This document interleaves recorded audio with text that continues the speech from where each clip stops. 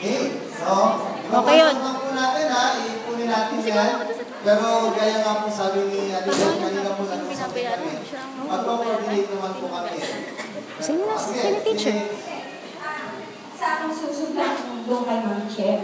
Kasi yung pera, mas mainam kung buo ba. Isa lang ang may hawak. Nagkakagulo nga.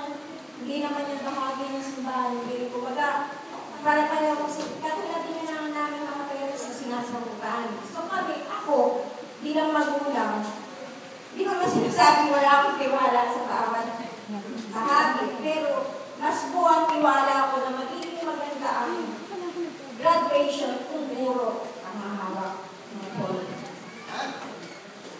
Okay, so ayan po ha. Kapag yun yung nagiging natin sa mga parents.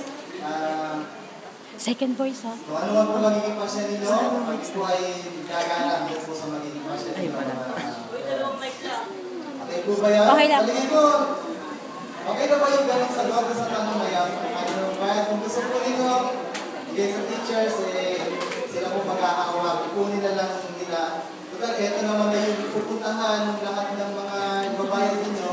E dahil sila na yung mag-aatake niya. At gagawa na lang sila ng report. Nalang po, ano? Okay? Ayan. Meron naman solusyon sa lahat ng problema na yan. Salamat po, mga magulang.